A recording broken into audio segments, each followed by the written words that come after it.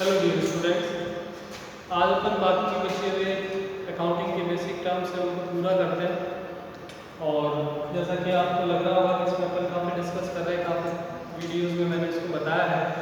तो उसका रीज़न यही है कि जो बेसिक वर्ड्स हैं वो प्रॉपरली आपको पता रहे तो बहुत ही बेटर है। बिकॉज आगे चलकर भी ग्रेजुएशन लेवल पर भी जैसे बच्चों को टर्म्स जो होती है वो उसका एक्यूरेट मीनिंग पता नहीं होता है, खाली उसका एक सिंपल वर्ड भी वो बताते हैं जो कि नॉन कॉमर्स स्टूडेंट भी बता सकता है, तो वो इतना काम नहीं आता है। क्योंकि कॉम्पिटिशन एग्जाम्स में और बाद में हमेशा ये रहता है कि कोई टर्म आती है तो उसका एग्जैक्ट मीनिंग आपको पता होना चाहिए जो कि आपके लिए बिल्कुल सूटेबल रहे।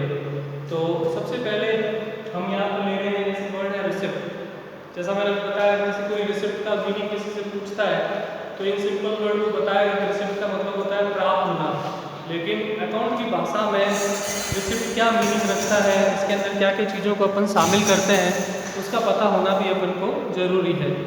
तो रिसिप्ट का मीनिंग ये होता है कि बिज़नेस के अंदर कोई भी एक्टिविटी से, चाहे वो आपके बिज़नेस का गुड्स बेच कर हो, चाहे सर्विसेज देकर हो, चाहे एसेट्स बेच कर हो, जो भी पैसा प्राप्त हुआ है तो वो सारा का सारा आपका रिसिप्ट के अंदर काउंट होता है। तो रिसिप्ट का मीनिंग तो ये हुआ कि बिज़नेस को जो भी पैसा मिलता है बाय एनी हाउ तो वो सब रिसिप्ट में काउंट होगा। लेकिन अपन इसको रिक्लासीफाई करेंगे, वापस उसको बांटेंगे अलग अलग टुकड़ों में। तो इस रिसिप्ट को अपन पहला रेवेन्यू रिसिप्ट और दूसरा पार्ट कैपिटल रिसिप्ट होता है। तो एक चीज़ आप हमेशा ध्यान रखिएगा कि रिसिप्ट तो ठीक है, लेकिन ये जो रेवेन्यू और कैपिटल वर्ड है ये भी काफ़ी इंपॉर्टेंट है और ये भी काफ़ी जगह काम आएंगे आपके यहाँ पे भी, इसके आगे भी। तो रेवेन्यू बेसिकली होता है कि जो चीज़ डे बाय डे एक्टिविटी की होती है और जो रिकरिंग नेचर की होती है, मीन्स की जो बार बार होती है वो रेवेन्यू नेचर की होती है। और ऐसी चीज़ें जो नॉन रिकरिंग होती है जिनका अमाउंट भी थोड़ा बड़ा होता है तो उसको अपन बोलते हैं कैपिटल। तो यानी कि रेवेन्यू ऐसे आइटम्स होते हैं जो डे बाय डे एक्टिविटी के छोटे छोटे अमाउंट से बने होते हैं, और जबकि कैपिटल ऐसे होते हैं जो कि आपके बड़े अमाउंट होते हैं और जो नॉन रिकरिंग होते हैं जो रोज़ रोज़ आपके बिजनेस के अंदर हैपन नहीं होते। तो रेवेन्यू रिसिप्ट का मतलब जैसा नाम से पता चल गया वो दोनों पॉइंट्स को मिक्स करें कि रिसिप्ट का मतलब प्राप्त करना और रेवेन्यू का मतलब कि बिजनेस की डे बाय डे एक्टिविटी से जो आपको पैसा मिलता है तो वो रेवेन्यू रिसिप्ट कहलाता है। जैसे आपने गुड्स सेल किया, उससे आपको पैसा मिला, आप डॉक्टर, इंजीनियर, वकील, टीचर है, आपको अपने काम से फीस मिली तो वो रेवेन्यू रिसिप्ट है।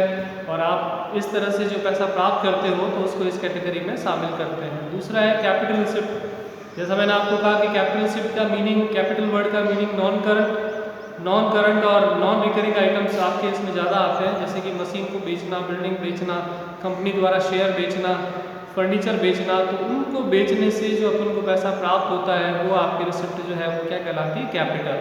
तो ये काफ़ी डिस्क्रिप्शन विथ एग्जांपल आपके सफिशिएंट रहेगा। उसके बाद अगला वर्ड है एक्सपेंडिचर। एक्सपेंसेस और एक्सपेंडिचर भी बहुत अलग अलग चीज़ है जो आपको मैं इसी में आगे जो है वो चल के बताता हूँ। एक्सपेंडिचर का मतलब है कि बिजनेस द्वारा जो भी पेमेंट किया जाता है किसी भी कारण से तो उन सबको अपन एक्सपेंडिचर में काउंट करते हैं, चाहे वो भले गुड्स के लिए हो, चाहे वो एसेट्स परचेज के लिए हो।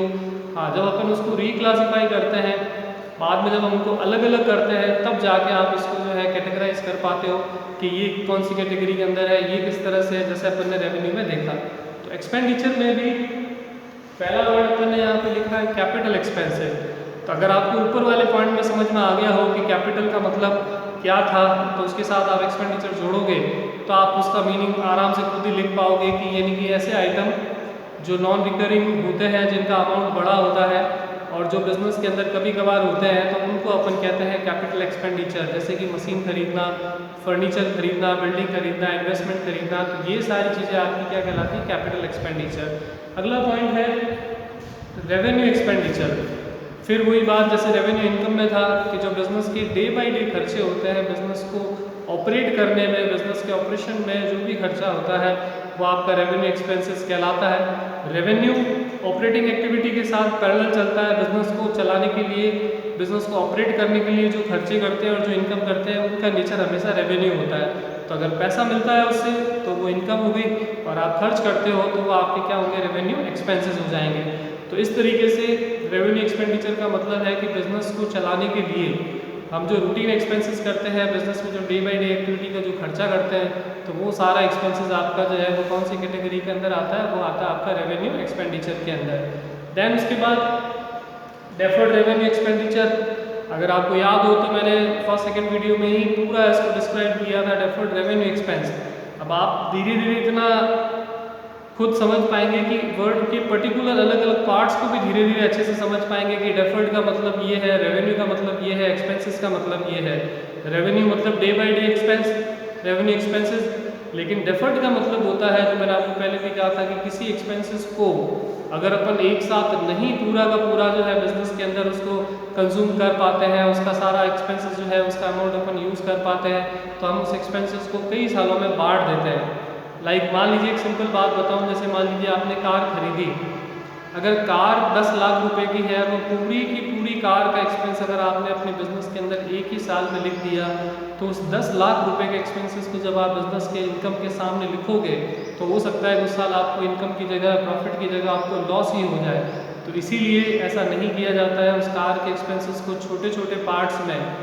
फॉर एग्जाम्पल आपने कहा कि मैं उसको 10 ईयर्स कार को चलाऊंगा, तो 10 लाख की कार है, 10 ईयर्स चलाओगे तो एक साल में कार कितनी यूज़ हुई है, 1 लाख रुपए यूज़ हुई, तो वो 1 लाख रुपए का ही एक्सपेंस आप एक्सपेंस में लिखोगे, और बाकी के 9 लाख रुपए जो बच गए हैं तो वो आपके पड़े रहेंगे एज ए एसेट्स के तौर पर। ऐसे धीरे धीरे धीरे धीरे करके अपन एक्सपेंसेस को ख़त्म करेंगे, तो उन एक्सपेंसेस को डेफर्ड रेवेन्यू एक्सपेंसेस कहते हैं। जैसे कि heavy research expenses, heavy advertisement expenses, जो कि बहुत ज़्यादा बड़ा आप एडवर्टाइजमेंट के लिए पेमेंट कर दिया किसी प्लेयर को कि भाई आप उसका 5 साल तक वो आपका ऐड करेगा, उसके लिए आपने उसको 5 करोड़ रुपए दिए हैं, तो अब ये 1 करोड़ रुपए एक एक साल में आप राइट ऑफ करते जाओगे, और बाकी का पैसा धीरे धीरे करके कम होता रहेगा, और जब तक वो कम नहीं होता तब तक वो हमारी बैलेंस शीट के एसेट साइड में दिखते हैं।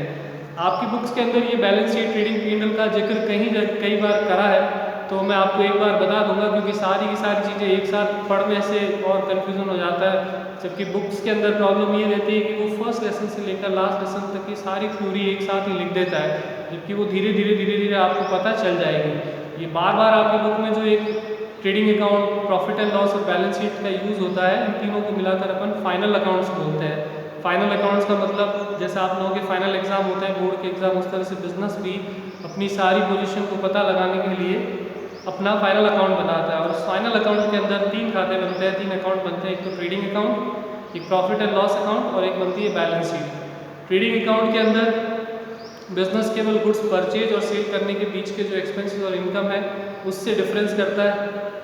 P&L अकाउंट उसमें बाकी के सारे एक्सपेंसेस को लिखता है, और बैलेंस शीट के अंदर जो है वो अपनी बिजनेस की एसेट्स क्या है, लायबिलिटी क्या है, वो लिखता है। जैसे कि मैंने अभी ऊपर बताया, रेवेन्यू रिसिप्ट है वो प्रॉफिट एंड लॉस में आएगी, क्रेडिट साइड इनकम साइड में। कैपिटल रिसिप्ट है वो आपकी बैलेंस शीट में आ जाएगी, लायबिलिटी में कहाँ से पैसा लिया है या फिर एसेट्स को वो कम करेगी। इसी तरह से कैपिटल एक्सपेंसेस है वो एसेट्स खरीदने के लिए होते हैं, तो वो सारे बैलेंस शीट के एसेट्स में आते हैं। रेवेन्यू एक्सपेंसेस है ये ट्रेडिंग अकाउंट या P&L अकाउंट के एक्सपेंसेस वाली साइड में आते हैं। और डेफर्ड रेवेन्यू एक्सपेंस 2 कैटेगरी में बढ़ता है। जितना आपने लिख दिया एक्सपेंसेस में वो तो आपके ट्रेडिंग P&L के डेबिट में आता है, मोस्टली P&L डेबिट में आता है, और जो बचा हुआ है ऐसा वो बैलेंस शीट के एसेट साइड में दिखाते हैं। तो ये ट्रेडिंग P&L वाला पार्ट भी मैं थोड़ा आपको बता देता हूँ, जिससे आपको पता रहे, और क्यों फिर धीरे धीरे अपन डिस्कस करेंगे। तो मैंने जैसा आपको पहले भी बोला कि बहुत ही सीक्वेंस से आपकी अकाउंटिंग की 11th की बुक चलती है, और एक चीज़ आपको बार बार पढ़ने को आगे आगे मिलती जाएगी, जिससे वो और आपको क्लियर होती जाएगी। क्योंकि फंडामेंटल है ये, तो फंडामेंटल चीज़ें तो आप बार बार पढ़ोगे और वो यूज़ में आएगी ही आएगी, तो अपने आप उन चीज़ों को आप लर्न कर पाओगे, ईजी अच्छे से उसको याद कर पाओगे। अगला वर्ड नेक्स्ट है इसमें expenses. Expenses basically in simple word अपन यही कह सकते हैं कि जो रेवेन्यू एक्सपेंस है वो ही बेसिकली खाली एक्सपेंसेस का नाम जो है वो एक्सपेंसेस कहलाते हैं। यानी कि ऐसे पेमेंट, ऐसे आप अमाउंट जो पे कर रहे हो जो एक साल में जिनका अमाउंट कंज्यूम्ड हो जाता है, जिनको हम रेवेन्यू एक्सपेंस भी कह पाते हैं मैक्सिमम, और नहीं तो फिर खाली एक्सपेंसेस के नाम से उनको जानते हैं। लाइक जैसे मान लीजिए अगर आपने ऑफिस की सैलरी दी है स्टाफ को, तो वो सैलरी आपने 1 महीने की दी, 1 महीना खत्म होते ही वो जो आपने पेमेंट किया वो कंज्यूम्ड हो गया, यूज़ हो गया। इसी तरह से लाइट का बिल, पानी का bill, rent, repair, interest on loan, ये सारे बहुत टू मैनी एक्सपेंसेस है जो कि आप एक्सपेंसेस की कैटेगरी में रखते हो, बिकॉज ये सारे अमाउंट एक साल के अंदर अंदर कंज्यूम्ड या एग्जॉस्ट हो जाते हैं, ख़त्म हो जाती है, उनकी यूटिलिटी आपको मिल जाती है। जबकि एसेट्स क्या होता है कि जब आप एक बार पेमेंट करते हो तो उसका आपको जो फ़ायदा मिलता है वो कई सालों तक मिलता है। तो ये एक्सपेंस और एसेट्स के बीच का जो डिफरेंस है ये भी मैंने आपको पहले बताया था। उसके बाद एक्सपेंसेस को हमने अलग अलग पार्ट में कैटेगराइज कर रखा है, कुछ अलग इसके थोड़ा एग्जांपल्स बताए जो बुक में आपके हिसाब से। प्रीपेड एक्सपेंसेस और आउटस्टैंडिंग एक्सपेंसेस।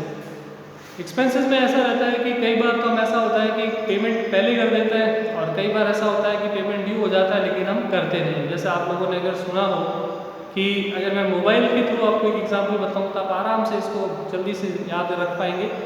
एक रहता है जो आप मोबाइल रिचार्ज करते हो जिसको आप बोलते हो कि मेरे प्रीपेड मोबाइल कनेक्शन है। मीन्स कि जैसे ही आपको स्टार्ट करना है कोई स्कीम को, आपको जैसे मान लो आजकल जनरली लोग जियो और एयरटेल का 3 मंथ्स वाला या 84 डेज 56 डेज वाला यूज़ करते हैं प्लान। तो 84 वाला अगर आप यूज़ कर रहे हो तो जैसे ही आप रिचार्ज कराओगे आज 400-500 रुपये का जो भी उसका अलग अलग प्लान है, तो वैसे ही आपने उसका सारा पेमेंट प्रीपेड कर दिया तो 84 डेज़ तक अब आप आराम से उस मोबाइल को यूज़ कर सकते हो क्योंकि आपने 84 डेज़ का पेमेंट पहले से कर दिया। और दूसरा मोबाइल स्कीम होता है पोस्ट पेड। उसमें ये होता है कि पूरा महीना मोबाइल यूज़ करो, महीने का एंड होगा तब आपको पता चलेगा कि आपको 1000 रुपये जो है वो देने थे, अभी तक आपने दिए नहीं। तो जब तक आप वो पेमेंट नहीं करोगे तब तक वो आपके बकाया रहेगा, ड्यू रहेगा। उसी को अपन क्या बोलते हैं, आउटस्टैंडिंग एक्सपेंसेस। तो ये प्रीपेड और आउटस्टैंडिंग के बीच में डिफरेंस है कि expenses due but not paid till end of the year is called outstanding expenses, और expenses paid in advance for next financial year is called prepaid expenses. अगला word है हमारा यहाँ पे जो हमने लिखा है इनकम। इनकम वर्ड भी बहुत कॉमन है और आप लोगों ने काफ़ी पढ़ा है या सब सुना तो है ही। जैसे मेरे फादर की इतनी इनकम है, और इनकम के भी वेरियस सोर्सेज होते हैं कि कोई व्यक्ति सैलरी जो है अर्न करता है, गवर्नमेंट जॉब में होता है, कोई मजदूर होता है तो उसकी वेजेस उसकी इनकम होती है। लेकिन अभी हम पर्टिकुलरली जो बात कर रहे हैं वो बिज़नेस की कर रहे हैं, और बिज़नेस के हिसाब से जो इनकम है उसका मतलब ये होता है कि बिज़नेस ने जो भी रेवेन्यू जनरेट की है, जो मैंने आपको ऊपर बताया था रेवेन्यू रिसिप्ट, उसमें से जो भी आपके बिजनेस के एक्सपेंसेस हुए हैं उनको माइनस कर देंगे। तो जितना आपने रेवेन्यू जनरेट किया है उसमें से आप अपने एक्सपेंसेस को माइनस करेंगे, तो वो जो डिफरेंस होगा रेवेन्यू और एक्सपेंसेस का, वो डिफरेंस आपकी जो है वो क्या कहलाएगी, इनकम कहलाती है। फिर उसके बाद अगला वर्ड है प्रॉफिट। प्रॉफिट और इनकम में थोड़ा सा डिफरेंस है कि जैसे आप रेवेन्यू के अंदर जो जितना भी लिखते हो, जहाँ से भी पैसा आया, एक्सपेंसेस बिजनेस में जो भी होते हैं वो सारे लेस करके तो इनकम निकालते हो। लेकिन अगर आप अपनी रेवेन्यू में से केवल बिजनेस के ऑपरेटिंग एक्सपेंसेस को ही माइनस करते हो, सारे एक्सपेंसेस को नहीं, तो वो जो डिफरेंस है वो आपका क्या कहलाता है, वो कहलाता है प्रॉफिट। प्रॉफिट को अलग अलग दो पार्ट में कैटेगराइज कर रखा है आपकी बुक में। एक है ग्रॉस प्रॉफिट और दूसरा होता है नेट प्रॉफिट। जैसे कि ग्रॉस वर्ड का मीनिंग में भी आपको पता होगा। ग्रॉस का मतलब होता है ऑलवेज टोटल, और नेट का मतलब होता है कि फाइनल कितना बचा। ठीक है, कि भाई ग्रॉस प्रोडक्शन हमारा इतना था और नेट इतना है। तो ग्रॉस का मीनिंग ये होता है कि हमने स्टार्ट किया था इतने के साथ और बाद में बचते बचते खराब होते करते वो है जो फाइनली इतना बचा है। तो ग्रॉस प्रॉफिट का मतलब ये होता है कि जो अपन अपनी सेल्स में से केवल सेल्स को करने के लिए जो भी हमने खर्चा किया है, कुछ खरीदना, उसके जो एक्सपेंसेस किए हैं, उन सबको मिलाकर अपन कॉस्ट ऑफ गुड्स सोल्ड भी कह सकते हैं, या फिर उसको अपन डायरेक्ट कॉस्ट भी कह सकते हैं। तो सेल्स में से उसकी डायरेक्ट कॉस्ट यानी कि खरीदने का खर्चा, परचेज करने के एक्सपेंसेस, खुद परचेज का अमाउंट, वो सब माइनस कर दें तो वो जो डिफरेंस आता है वो आपके क्या आता है, ग्रॉस प्रॉफिट। लेकिन अगर अपन सेल्स के अंदर से बिजनेस के सारे एक्सपेंस माइनस करते हैं, चाहे वो बिजनेस के रेंट हो, चाहे लाइट पानी का बिल हो, एसेट्स जो यूज़ की उसका डेप्रिसिएशन हो, या XYZ जो भी हो, और कॉस्ट ऑफ गुड्स सोल्ड खुद भी सब कुछ एक्सपेंसेस माइनस करें बिजनेस के ऑपरेटिंग एक्सपेंसेस, नॉट मतलब कैपिटल एक्सपेंस तो बिजनेस के प्रॉफिट को निकालने में लेस नहीं होते, तो सारे ऑपरेटिंग एक्सपेंसेस लेस करें तो जो आंसर आएगा, जो डिफरेंस आएगा वो आपके क्या कहलाएगा, वो कहलाएगा नेट प्रॉफिट। तो ग्रॉस प्रॉफिट क्या होता है, बिजनेस का टोटल प्रॉफिट, जो बेसिकली इन सिंपल वर्ड अपन कह सकते हैं कि सेल्स और परचेज के बीच का जो डिफरेंस होता है, परचेज की कॉस्ट जो आती है, ओवरऑल कॉस्ट जिसको डायरेक्ट कॉस्ट कहते हैं, कि जिसके अंदर खरीदने करने के सारे एक्सपेंसेस भी शामिल करते हैं, तो वो तो होता है ग्रॉस प्रॉफिट। और सेल्स में से बिजनेस के परचेज के अलावा बाद में बिजनेस के बहुत सारे बिजनेस को चलाने के खर्चे होते हैं, जैसे दुकान का किराया, स्टाफ की सैलरी, लाइट पानी का बिल, मशीनों के रिपेयर, इस तरह से XYZ काफ़ी सारे एक्सपेंसेस होते हैं। तो उन सबको अगर माइनस करते हैं तो वो डिफरेंस आपका जो है फाइनल अमाउंट जो है वो आता है, वो कहलाता है नेट प्रॉफिट। उसके बाद नेक्स्ट पॉइंट लिखा है मैंने यहाँ पे गेन। गेन का मतलब ये होता है कि बिजनेस की ऑपरेटिंग एक्टिविटी जो होती है उसके अलावा भी काफ़ी सारी ऐसी चीज़ें होती हैं जिससे बिजनेस को कभी कभार प्रॉफिट होता है। तो ऐसे आइटम जो बिजनेस की नॉर्मल एक्टिविटी से अपन को प्रॉफिट ना होकर दूसरी चीज़ों से अपन को कोई भी तरह का फ़ायदा होता है तो वो आपका क्या कहलाता है, गेन। वो बनता है जैसे for example profit on sale of machine. जैसे आपने बिजनेस के अंदर कोई मशीन लगा रखी थी, वो पुरानी हो गई, आपने उसको बेच दिया, तो उससे जो फ़ायदा हुआ है वो आपका क्या कहलाएगा, प्रॉफिट गेन कहलाएगा। तो मतलब बिजनेस एक्टिविटी से जो फ़ायदा होता है, जो बेनिफिट्स अपन को मिलते हैं वो प्रॉफिट कहलाते हैं, और उसके अलावा जो अपन को फ़ायदा हुआ है तो वो हमारा इसके अंदर क्या कहलाता है, गेन। और लॉस ऐसा लाइफ में ज़रूरी नहीं है कि हर जगह हर वक्त अपन को हर एक चीज़ से फ़ायदा ही हो। कई बार ऐसा भी होता है कि हम ज़्यादा एफर्ट्स भी करते हैं लेकिन उससे अपन को उतना रिटर्न नहीं मिलता है। लाइक जैसे 10th बोर्ड का भी रिजल्ट आया तो काफ़ी स्टूडेंट जितना करे हैं उतने या उससे ज़्यादा भी उनको मार्क्स लगे हैं, जितनी मैंने किया उससे अच्छे ही मार्क्स आए, और काफ़ी जो है इसके अंदर उल्टा भी रहता है, क्योंकि बिजनेस के अंदर जो भी आपके एक्सपेंसेस हुए हैं उसमें इनकम अगर आपकी ज़्यादा हो जाती है तो वो इनकम आपकी जो है नेगेटिव चली जाती है, तो उसको अपन प्रॉफिट की जगह क्या कहते हैं, लॉस कहते हैं।